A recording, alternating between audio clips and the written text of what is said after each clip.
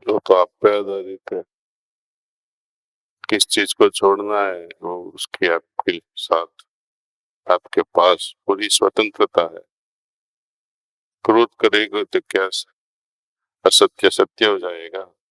और ये मैं भी नहीं चाहता हूं कि सत्य उसका लिमिटेड अर्थ मत समझना। सत्य बोलने से किसी का नुकसान हो जाए वो अच्छा भी नहीं है। कई बार असत्य बोलने से सोसाइटी की बहुत भलाई हो जाती है,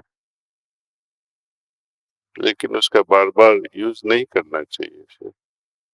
एक स्टोरी में बताता हूँ, तो बार बार अपने सत्संग में बताई है मैंने। उत्तर प्रदेश में एक गांव था।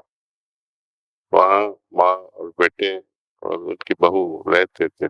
बहुत सुखी परिवार। लेकिन जब भाई दूज जाती थी तब घर में हैरानी हो जाती थी। बहू बोलती थी कि मेरे पतिदेव अब दूसरे गांव जाएंगे, बहन के पास साड़ी ले जाएंगे, जवेरात ले जाएंगे, खाना ले जाएंगे। उसको पसंद नहीं था। तो दिवाली से ही उसका झगड़ा शुरू हो जाता था। तो वो झगड़े को टालने के लिए पतिदेव ने कहा उसको, चलो आज भाई दूज हम नहीं जाएंगे, बहन के पास नहीं जाएंगे। तो माँ भी कुछ बोली नहीं। लेकिन उस गांव में जहाँ बहन रहती थी वो परेशान हो गई, शाम तक भाई क्यों नहीं आया। और डर लगने लगा उनको, शायद रास्ते में कुछ हो गया होगा। तो संध्या काल के बाद उसने चल दिया, चलो देखते हैं घर जाके, शायद माँ की भी तबीयत ठीक नहीं हो, कुछ गड़बड़ होएगा। तो रात को पहुंच गई अपने गांव चलते चलते आके। तो माँ घर के आगे ही आंगन में सो रही थी और उनके भाई और भाभी ऊपर थे। टेंशन तो था ही घर में। घर में आके माँ को मिली और माँ, भाई क्या हो गया, तेरी तबीयत तो ठीक है।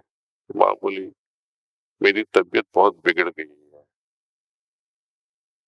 इसलिए भाई नहीं आए, नहीं तो तुझे तो बहुत प्यार करते हैं। यदि वो सच बोल देती तो क्या होता। तो कभी कभी झूठ का सहारा लेना पड़ता है। वो बात सुन के वो भाभी भी रोने लगे कि कितना अच्छा परिवार है, उसमें मैं क्यों दखल करी थी। तो उससे ट्रांसफॉर्मेशन भी होने की शक्यता बढ़ जाती है। कोई भी कारण सर हम उसको अपॉर्चुनिटी लेके, उसका सहारा लेके वो काम कर लेना चाहिए। अपना जो रेजिस्टेंस है या जो सकारात्मक सरकमस्टेंसेस नहीं होता है, जो नेगेटिव होता है, उसका भी हम सहारा ले सकते हैं अच्छे के लिए। ध्यान करके देखो कैसे हम सहारा उसका ले सकते। ध्यान से ही पता चल जाता है। जब हम किसी भी प्रश्न के बारे में सोचते हैं, रात को वो प्रश्न ईश्वर को सबमिट करके सो जाइए। देखो सुबह तक उसका सॉल्यूशन मिलता है कि नहीं।